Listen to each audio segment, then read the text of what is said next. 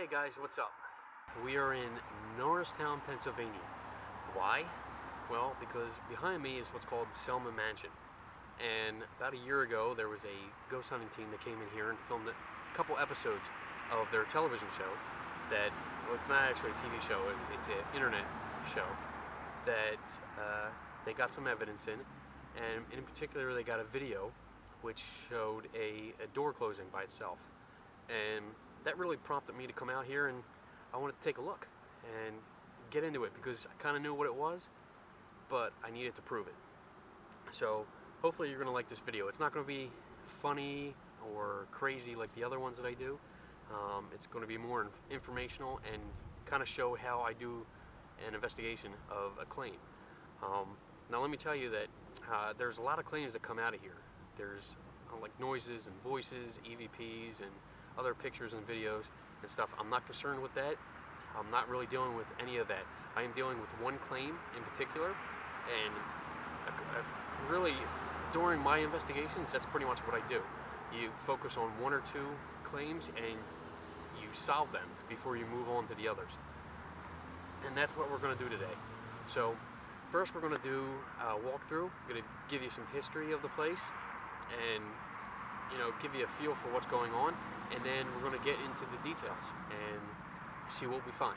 Alright? Thank you. The history of Selma Mansion begins in 1794, when Andrew Porter built a house on land he acquired 8 years prior. There was already a small structure on the property, so Mr. Porter simply built onto the existing building, creating the Selma Mansion. Andrew Porter was born in Montgomery County in 1753. On June 19, 1776, he was appointed by the Continental Congress to Captain of the Marines, and is historically known as one of the founders of the U.S. Marine Corps. In 1783, he retired to his plantation, named Selma, located in what was known then as Norristown Township, and today that area is part of Norristown, Pennsylvania. From 1784 to 1787, he was engaged as commissioner to the boundary lines of Pennsylvania. By 1801, he was Brigadier General of the Pennsylvania Militia, and was promoted to Major General. In 1809, he was appointed Surveyor General of Pennsylvania, holding this post until his death in 1813. And the history doesn't stop there, my friends. Mr. Porter's sons also made their mark in history. Robert Porter was President Judge of the Pennsylvania 3rd District Court. David Rittenhouse Porter was elected to the State Assembly in 1881 and later to State Senate. He was elected governor of Pennsylvania from 1839 to 1845. George Bryan Porter was a major during the War of 1812. In 1827, he served as a Democratic representative in the Pennsylvania State House. In 1831, President Andrew Jackson appointed him governor of the Michigan Territory. James Madison Porter became a clerk in 1812, and this is really interesting. He helped raise and manage a volunteer militia to garrison Fort Mifflin, eventually advancing to the rank of colonel. He was appointed Attorney General for the Northampton County. James played an important part in founding the Lafayette College, serving as president of the Board of Trustees from 1826 to 1852. He was appointed Secretary of War in 1843. Andrew Porter's, that's the guy that started this all, his granddaughter, Eliza Parker, married Robert Todd, and they had a daughter named Mary Todd. And guess who she married? Our 16th president, Abraham Lincoln. That's pretty good history right there. In 1821, the Selma farm was sold to Andrew Knox and his family. Mr. Knox had been a merchant in Savannah, Georgia, up until the War of 1812, which destroyed his business. He packed up his family and moved north. After his death, the mansion passed to his son, Colonel Thomas P. Knox, who was president of the Pennsylvania Agricultural Society.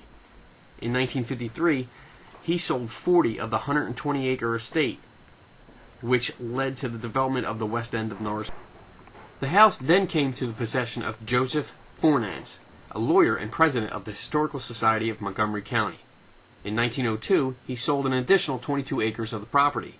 The house passed then to his son, Joseph Knox Fornance, who lived in the house with his wife Ruth until his death in 1982. Ruth rejoined her husband in 1965. After Ruth passed away, the mansion was offered with everything contained inside to the state of Pennsylvania, then to Montgomery County, and finally to the borough of Norristown. Sadly, nobody accepted the offer. And incredibly, a yard sale, get this, a yard sale took place in which an unknown number of antiques and historical items were lost forever because they were sold cheap and everybody snatched them up. Rumor has it that an entire crate of Union soldier uniforms were snatched up for pennies on the dollar. That's sad. Just before the mansion was to receive its death blow by a wrecking ball, the Norristown Preservation Society was formed to save this historical landmark. Yeah. Just before the mansion was to receive its death blow by the wrecking ball, the Norristown Preservation Society was formed to save this historical landmark. Its members are dedicated and passionate about the Selma Mansion and hold fundraising events throughout the year. If you can, it needs volunteers, so if you can help in any way, donations or volunteering, please do so. But for now, let's take a look inside and let's get this investigation started. Alright, here we are. This is where the video was shot, and this is the door that slams shut here. And the camera that's on me right now is approximately where the camera was that made the video. Now, let's talk about the videos. There's two versions of the same video. They were edited from the same footage, from the same camera. One was posted on the Pup's website, and that version basically shows you that the door's open like it is now, and after a few seconds, it closes over. And it doesn't close all the way. Let me see. It closes to about, I guess about here. And then the video jumps ahead 2 hours. And it actually says on it 2 hours. It jumps ahead. And it starts out right here. So we missed the movement in between here. So it moves a little bit and then jumps 2 hours ahead, and all of a sudden it's here. And then after a few more seconds, it slams shut. Like so. And what we have is that it fades to black, and that's the end of the video, and that's the evidence. And this is the evidence that I saw. This is the video that I saw first, and what prompted me to contact Steve and Lisa from Pups and talk to them and start discussing what might have happened here, what other causes besides anything paranormal might be going on. And in talking to them, I found out that there was another video, and this is from episode 15 of season 2 of the Ghost Detectives online internet show. It's a paranormal ghost hunting show that's online. And at the end of their 2-part show, because they filmed 2 episodes here, at the end of the show, they put up a little, like a notice on the screen that said, now for the scariest footage ever to come out of Selma Mansion. And it's the same clip, except instead of starting with the door all the way open and you seeing like a good movement, it actually starts right here, right before the big slam. And if you've watched the video already, because hopefully I didn't screw up and I put the link up so you guys can see it. But this video, the one that's in the Ghost Detective episode, it starts out about right here and it slams shut. Now, from this point and from after watching the original video that I saw on the Pups website, everybody kind of thought the door slammed shut and it latched. But later on, after seeing this episode on the Ghost Detective show, we find out that it didn't latch because the door, after a few seconds, actually opens up and it starts going back and forth. If you watch the light on the top and the bottom of the door, you can see that it moves back and forth and it's waving. It's going in and out. So it doesn't slam shut, it actually opens up again. Now, during the Ghost Detective show, at the end of the video when it fades to black, there's another notice that comes up and says that every attempt to debunk this was attempted with no explanation found. Personally, I think that they took this event at face value. They didn't really look into it enough. And they did attempt to debunk it. I'll give them that. Steve from Pups actually was filmed in here with a table fan. And he had the fan inside there on a little fold-out table, and he was trying to blow the door over using just a fan. But, as we're going to get into later, we're going to see that that wasn't an effective way to recreate what happened. And we'll get into more of the science behind it and what I think happened and what I found that backed up my idea. Okay? So let's take a walk around. Alright, so now that we've described the videos, and hopefully you stopped my video, you went over and looked at the videos so you can get an idea of what's going on, let's talk about some of the issues that came up right away. I'm not an actor, so I'm not really good at memorizing lines, so I have my notes, as any good investigator does. Anyway, so there's two versions of this, and each leaving out different parts.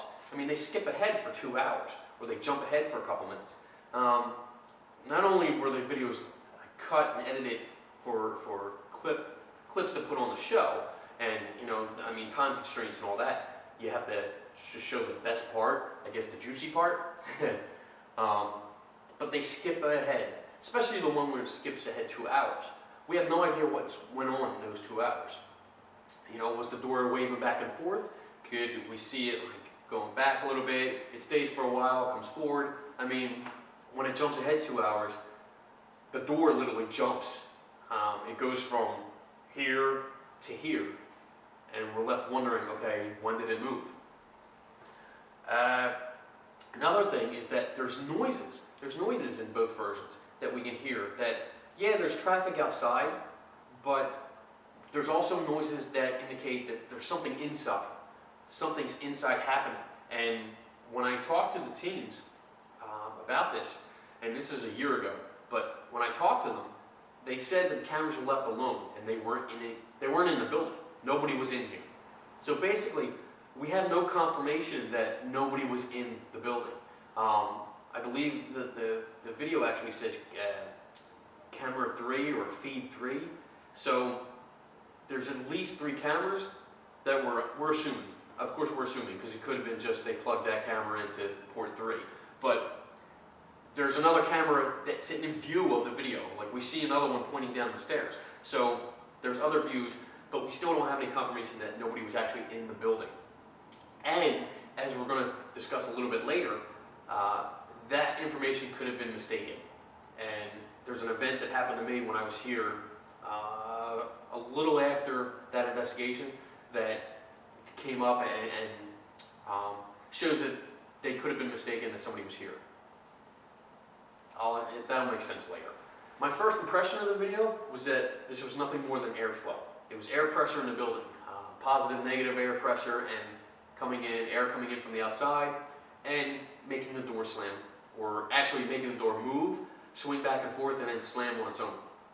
And this is something you've probably all seen dozens of times, more than dozens of times over the years. Every time you open a door or window when it's nice out, and you have your bathroom or bedroom door slam, or start moving back and forth because of the air coming in. What I didn't like about it is that there was nothing to indicate if there was any airflow at all. Like they didn't hang a piece of paper up or tissue paper to show any kind of breeze coming through, which is not a common thing. You don't really see that in any investigations because it's not something that people think of. What else? Another issue is that with no one in the house during the time of filming, you have no confirmation of the conditions, the environment that was going on. Was it windy outside? Was it breezy in here? Was it cold? What was going on? We don't know because all we have is one camera view and no eyewitnesses that were in here. Any statement of like there was no wind that day, there wasn't any airflow through the building, any statements like that are baseless. They're useless. They have no bearing on the evidence because no one was here to confirm it. All we have is video, and it doesn't show anything. And the last issue that I have that comes up right away is more of a pet peeve. I don't understand why there's 2 versions of the same video. You have to watch the version that was sent to the Pups team to see the beginning, and then you have to watch the episode of Ghost Detectives to see what happens after the main event, the door slamming. You have to put them 2 videos together to see the whole thing. I don't understand why they're clipped that way. I don't know if that was just miscommunication or somebody wasn't sure what they were clipping. I don't know. But just because there's 2 versions it kind of sends a red flag up. And honestly, watching both versions, either separately or together, it still doesn't add up to anything that was scary. It's simply a door moving. Alright, so if you haven't figured it out already, my first impression of this video is that it was simply air pressure. It was airflow through the house. Nothing more. There was nothing paranormal, nothing ghostly, nothing spooky about it. It was just a door closing because of the air pressure inside the house, changing because of the outside weather. So I went onto the YouTube page where the first video, the pups version, I saw, and I posted a question just asking, could this be a result of airflow? And I went back and forth with Steve from Pups, who was a very nice guy. We had a great conversation. It was very polite and professional, and something that I really like to give props to, because most of the time people argue with me on these kind of things. So it was a good conversation, and I want to read to you what he said. He mentioned that Odd Jobber Joe replaced all broken windows, and the draft is minimal. Yes, there is airflow in the mansion from the windows and vents, but to actually close the door takes much more force than the average draft. As it turns out, though, it doesn't, and I'll explain more of that later. You see, when you're dealing with the air pressure inside a building, when you have a positive pressure going into a negative pressure, all the air that's in that room is acting on the entire surface of that door.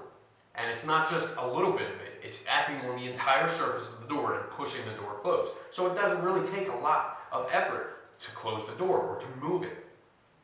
This is much different than using a table fan and putting it on a table and blowing air at it, because all you're doing is pretty much, you're moving the air that's already in the room and you're focusing on a small part of the door.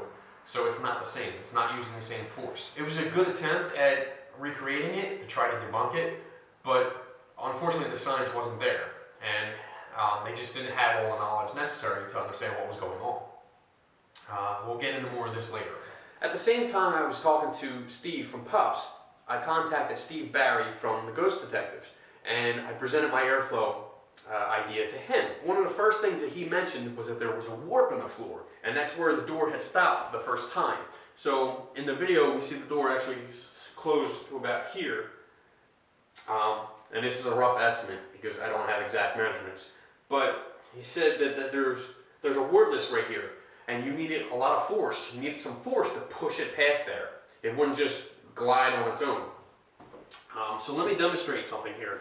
I'm just going to use my pinky and just move the door in one smooth motion. No force at all, barely any force. All the way closed.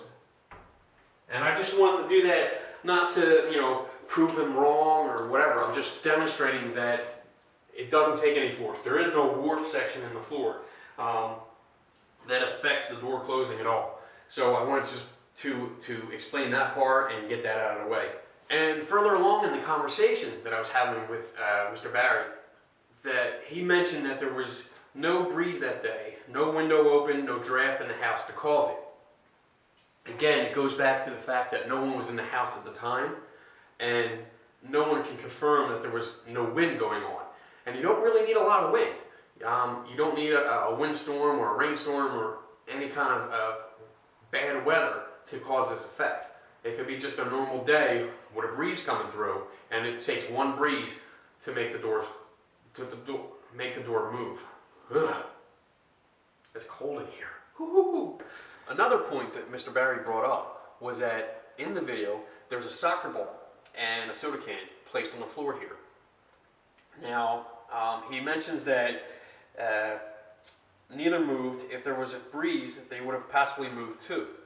Now, granted, if they were in the pathway, I would have said maybe. But because of their placement, they were actually placed right about here. And this is out of the path of any airflow, any air pressure that was changing, because it'll go from doorway to doorway out into here. There really is no reason for them to move. Okay, up until now, the information that I was getting was from conversations with Mr. Barry from the Ghost Detectives, Steve and Lisa from Pups, and the videos themselves, plus the episode that had aired about this place. So I needed to get here. I needed to figure out some more things. So I actually contacted Lisa and Steve and arranged a visit. It was a quick visit. I was in the area. so I decided to stop by, and they were having an event anyway, so it worked out pretty good, and I was able to check out some things. I looked at some of the windows real quick and got some ideas. I basically wanted just to see the area where it was going on, and confirm that a lot of the stuff that I had found, as in broken windows and gaps between window frames and openings to the outside, were there, so that air pressure was definitely not only plausible, but most probably the cause of the door slamming. So the next day, I contacted Mr. Barry again and told him what I found, and actually included a link to a very good article on air pressure. It explains how positive and negative pressures within a house can cause an open door to slam shut because of an open window or another open door within the house. It also explains how it takes very little force for that door to be pushed, to be slammed. Basically, the idea is that as the positive pressure moves into the negative pressure, it's working on the entire surface of the door, okay? And the air that's in the room, the positive pressure, is trying to get out, all right? So it's moving the door closed. Now, as the door starts closing, the opening between the door and the door frame becomes smaller and smaller. And what happens when you try to put something through a smaller opening? You need more pressure. And the positive pressure still wants to get to the negative pressure, so it goes in quicker, which means as the door's slamming like this, the opening getting smaller and smaller, it's rushing out, more pressure, bam, you get the slam at the end. That's the signature slamming door you have when you have the difference in pressures in the house. And you guys, again, I'm going to say it again, and it's probably going to annoy you because I'm saying it so often, but you guys experience this in the springtime when you start opening windows, and you're sitting downstairs watching TV, and all of a sudden upstairs you hear one of the bedroom doors slam shut, and you're like, what the hell is that? It's air pressure. So me and Mr. Barry discussed this, and he replied that, and let me get it right here. He said it was very interesting, but there were no windows open, and I don't believe a small draft can make a door shut. It would have to be a lot larger than a draft. I can't go with this explanation they're talking about, the article, about windows being open. If it was a draft from a broken window, yes. A crack, no. And that was his response to it, which is good. At the time, because I only had a quick visit here, I couldn't really argue too much. So I had arranged to come back here, because I knew from past experiences that there were broken windows here. I just had to make sure. Alright, so in February of 2012, I had arranged a visit to the Selma Mansion with Steve and Lisa. And when I got here, Steve met me at the door and gave me a little tour around, show me what the improvements that they've been doing around the place. And I gotta say, I want to take a moment here to just say that the Pups team has been doing a fabulous job. Fabulous! Really, an awesome job trying to get this place back to what it used to be. They're working all the time, they're trying to get volunteers, and they really do a good job of cleaning up the place and presenting it as a historical site. It's amazing the work that they're doing. But back to the investigation. Yeah, so I arranged to come here, and as Steve was giving me a tour around the place, I kind of looked up at this window, and this is the kitchen that we're in right now. I looked up at this window and noticed that there was no window up here. This is just a screen, and the shutters are closed, but you can see at the top there's an opening. This goes out to the outside. So this is the first indication that, okay, that there are windows that are broken. And previously I was told that all the windows were replaced and that there were nothing open. None of the windows were open or the doors were open. I'm sorry I'm stuttering. It's freaking cold in here. But again, that was my first indication that, okay, so the information that I got before was mistaken, because there are obviously windows that are broken and open to the outside. So air's coming in. Alright, so after seeing the broken window in the kitchen, I wanted to really get to work. I wanted to start measuring all these windows to see what kind of gaps there were between the frames and see how many windows were broken or missing and this and that. So Steve let me get to work. And within probably, I guess like 10, 15 minutes, he came up, he got a phone call, he had to leave. And he really graciously allowed me to stay, which was great. I really appreciate that. He let me stay and continue what I was doing. So he's gone, and I'm here with my son. And my son was helping me take measurements or point out things. And he comes out from the hallway, he comes in the room where I'm working and says, "Hey Dad, I hear somebody walking on the stairs," which, you know, that's kind of weird because we were supposed to be the only two in here. I'm thinking, oh great, here we go. I'm alone and I'm hearing footsteps. Wonderful. So I come down the steps to meet a gentleman who was alive, walking up the steps. And he introduced himself as Russell. And apparently he's the president of the Norristown Preservation Society.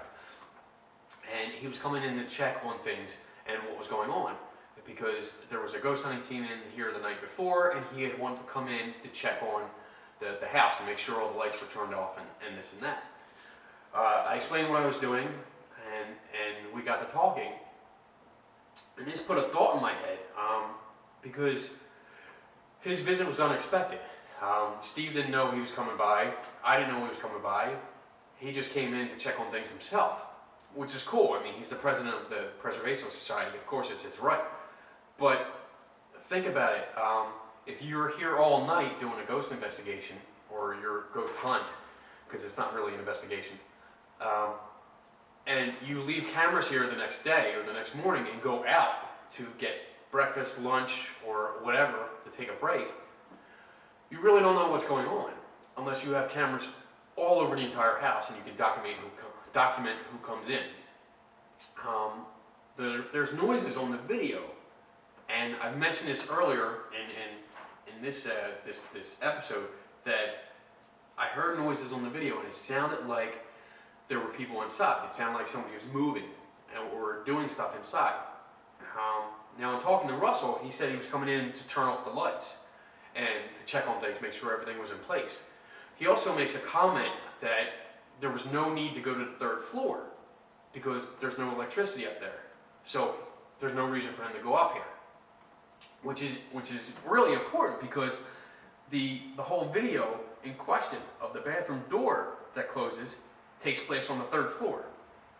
So he could have easily come in here, and this is just a possibility. I'm not saying this definitely happened. This is just a possibility. But he could have come in here, checked on the place, went around the first and second floor, turned off the lights, and then left without ever coming up to the third floor, which he would have never been on camera. And of course, that adds to the whole air pressure thing, the airflow thing, because he would have been opening the main door. And if he opens the main door, he's going to change the pressure inside. When he closes it, changes the pressure inside. And that might have caused it. There is some noise that gets a little bit louder during the one point where the door in the mysterious video, when it closes, there is a little increase in noise. So whether that has anything to do with someone visiting or not, I don't know. Man, it's cold in here. Whew, I'm shivering. Alright, so in order to make sure what was going on, I arranged another visit.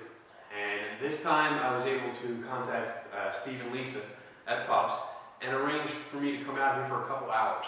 I actually proposed an experiment that I wanted to see if there was enough air coming in and out of the building in order to make the door close.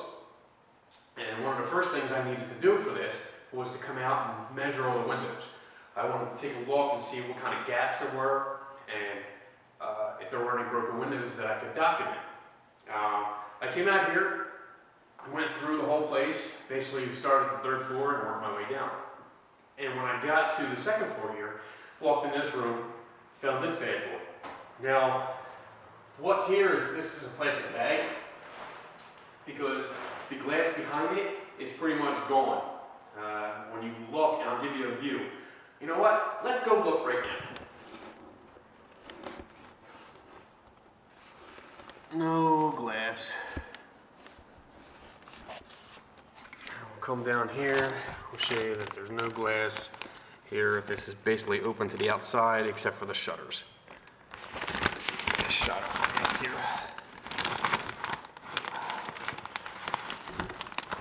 Yeah.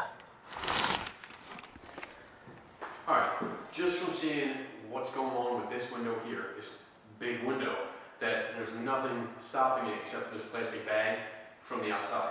There's plenty of airflow coming in here. So you're going to have your positive and negative air pressure easily throughout this house. And it's just the fact that the bathroom door on the 3rd floor is the lightest door of any of these bedroom doors here. So it's not surprising that that one would move back and forth. That's not really surprising at all. The only thing that's stopping this is the plastic bag. And you can see that this goes back and forth pretty easy. And the air is going to push it back out. Yeah. Alright, so you've been hearing me talk a lot about air pressure and probably being the cause of what happened here. And I explained it a little bit, but let's go into it in a little bit more detail. And I'm going to cheat here. I'm going to read off my notes here because I'm not an expert, but I did research this. And what I found really applies to what's going on here. Drafts in a building will create pressure differences throughout the entire building. Positive pressure, which is a high pressure, and negative pressure, which is a low pressure. The wind outside will cause different pressures inside the building. If air is blown in, it's going to create a positive pressure. If air is sucked out, it's going to cause a negative pressure. Sucked out. Anyway, common problems that are associated with the pressure differences are slamming doors, noises, whistling, and unusually hot and cold rooms. I mean, that's what we have here. We have noises throughout the building. Slamming doors, that's a definite possibility. As air comes into the room from the outside, from like the wind, it creates a positive pressure. Well, that pressure has to go somewhere. It has to equalize. So positive pressure will always move to a negative pressure. And that means if there's air coming in here and creates a positive pressure in this room, it's going to flow out the doorway into the hallway and try to equalize. And what happens is that the door is in the way. If the door is angled enough that it's going to catch some of the wind coming in, or the air pressure difference, it's going to carry it. And here's the big difference. It's not going to act like a fan that's blowing on the door. It's not going to act, because a fan will blow on one section of the door.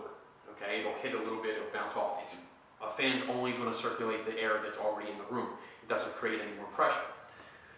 What's happening when you create a positive pressure here from outside air coming in is that all the air that's in this room now wants to start going outside and wants to equalize.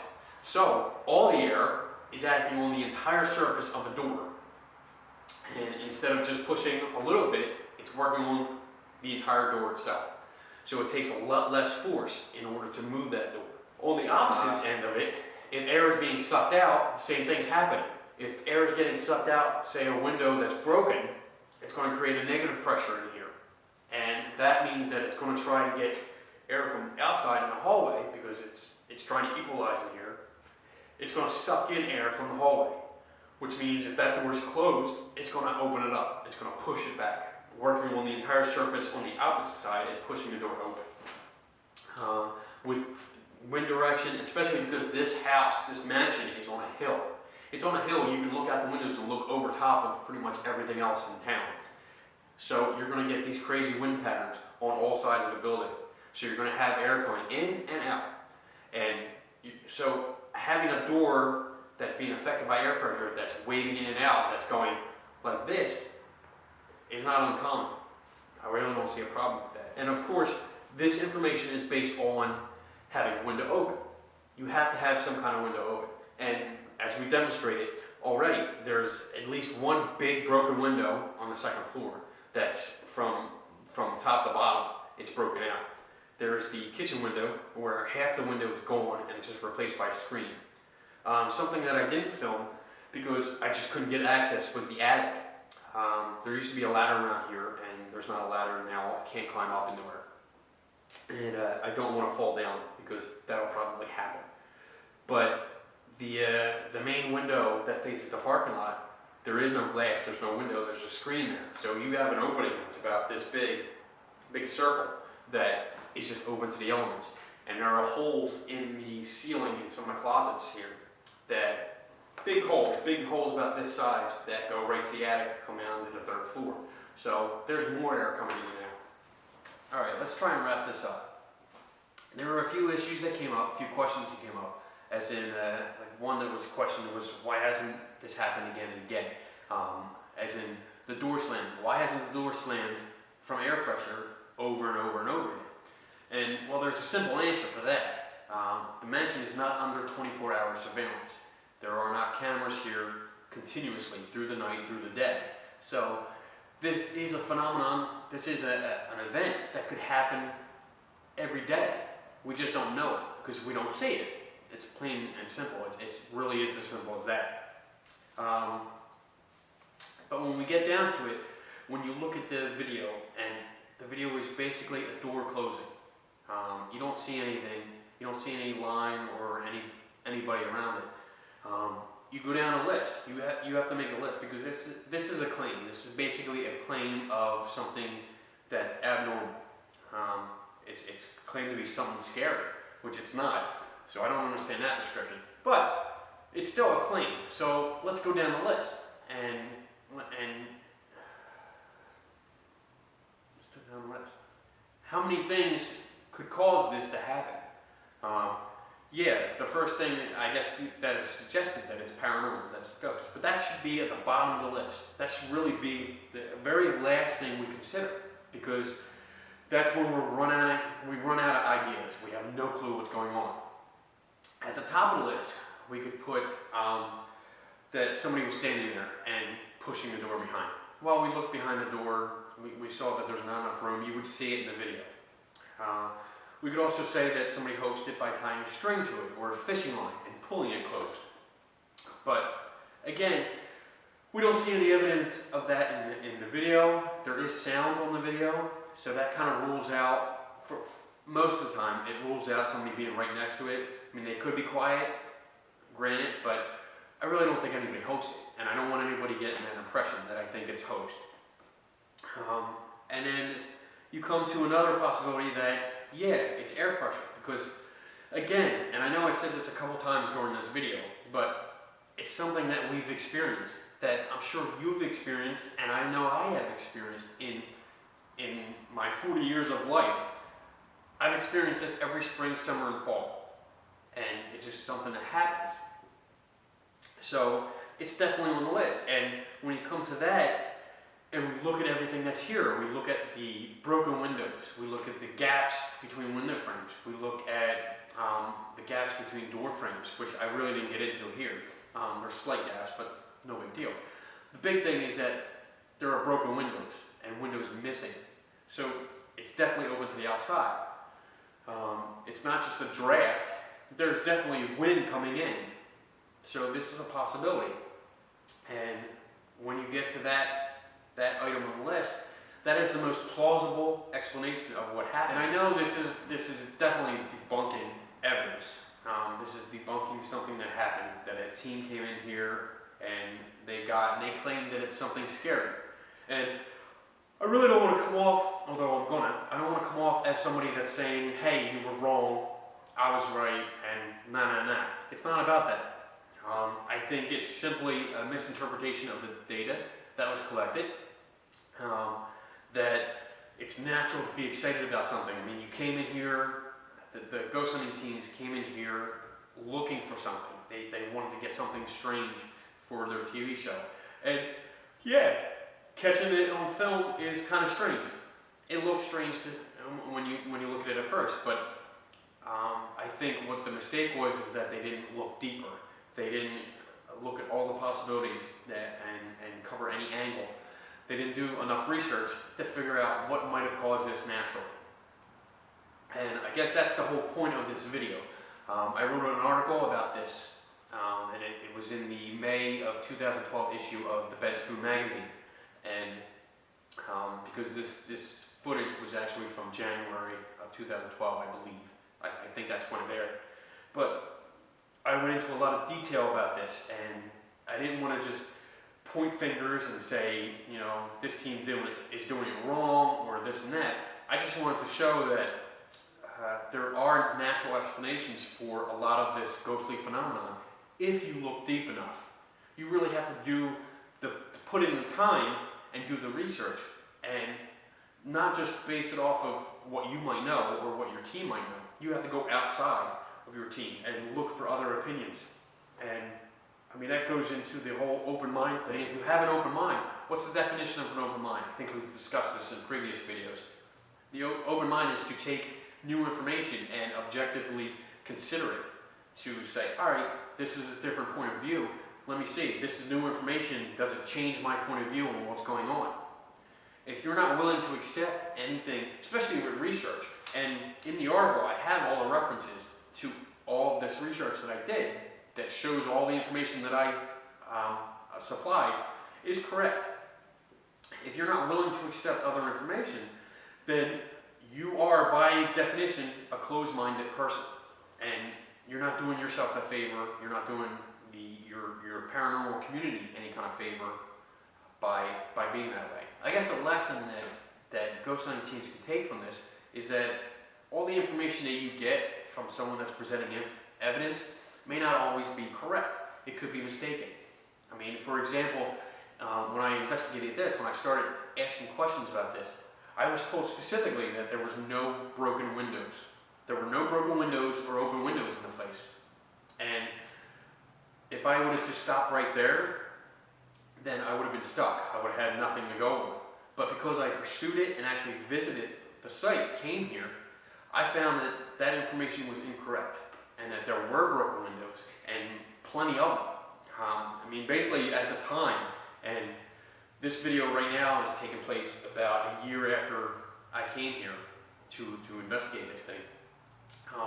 At the time, there were broken windows on all four sides of this house. So you had plenty of it to choose from. So always check on the information. And just because they say it doesn't mean it's true. And I'm not saying that they're lying or that they're deliberately trying to deceive you. I'm saying that maybe they're just not aware of it. They came in, they thought all the windows were fine and not broken. But when you come in and verify it, you find out that it was a mistake, and that's it. It's just basically a mistake. And to go even further, I have some videos when I was here a year ago of that big broken window where you see the actual track guide coming in and out, and I'll play that for you. Selma Mansion. We are on the second floor. This is a back bedroom next to the main stairway, and this window has broken glass in it, but most of it's open. From what I can see on the other side of the plastic, I see shutters, I see large openings, and you can see the plastic actually going back and forth, showing airflow coming in and out of the mansion.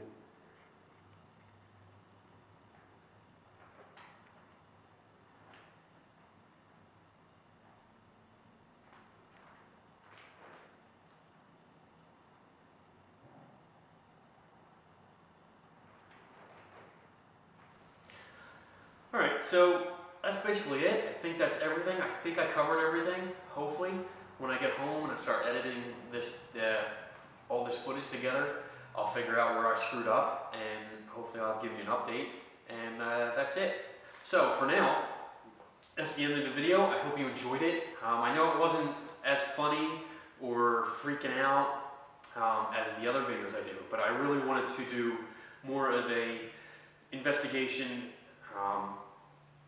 video to show you how I investigate some things, how far I will go in order to solve a mystery. And this, for me, I solved this. This is pretty much it. I don't think it's any spooky or paranormal thing that went on here. I think it was basically a natural cause that made that door close. So yeah, again, I hope you enjoyed it. If you have any comments or complaints, please use the lines below here and fill it in. Tell me what you think of it. If you have any ideas, whatever. If you have any complaints or threats, or you want to sue me or call the cops on me, feel free to call Lou Castile in California. You can find him on Facebook. He's friends with me. He's Mexican, so you might want to watch out. Chances are he'll throw some burritos or tacos at you and call you all kinds of names, but you won't understand it because he has a thick accent. And that's it. See you later. Okay, here we are, back at home in my office, nice and warm. And I have an update for you. After I got done the video, the 3 hours of very, very cold weather, I got home last night and I got a phone call. Well, actually, I called Bob from the Ghost Detectives because, there's some little drama shit going on. So he asked me to call him. So we talked about what I was doing and why I was out there and all this. And two things came up.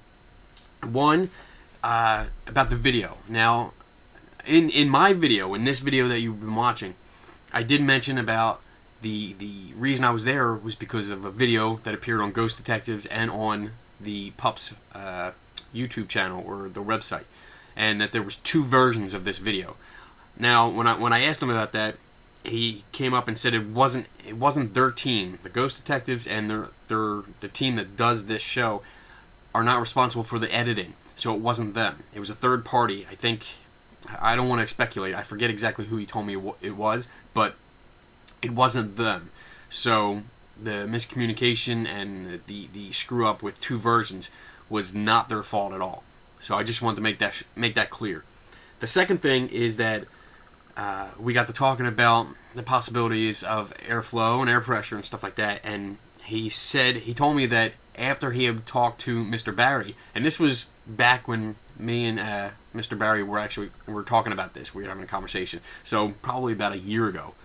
What he did was that Bob actually went and checked the weather patterns for that day, and he did find that there were wind gusts from 5 to 8 miles per hour, which it fits in really good with the plausible explanation that it was air pressure that made the door close. And although again we can't prove it at 100%, but with all the information there, with all the facts, with the windows broken and out, and so much open to the outside, we have wind gusts, we have everything that we need to make that happen. What else? There was one last thing, which I really hesitated to mention because, well, I didn't get it on film, but the door closed on me when I was there. After I was done filming and I was packing stuff up and getting ready just to go in and warm up a little bit, I was standing right there when the door closed, and it was because of the wind. I could feel it. I could feel the draft coming in and see the reaction of the door with the wind and how that was interacting. So, for me, this is solved. I figured out what was going on. You might not believe me, you might not agree with me, and that's okay. That's the way it goes. But, again, I hope you enjoyed the show. I hope you enjoyed the information that I gave you, and it was understandable and easy to understand, and maybe make you think next time. A door closes on its own next time in a spooky house. Maybe you'll think, maybe it's not a ghost, maybe it has something to do with an open window, and just go around and check. That's all. So, yeah, I hope you learned something.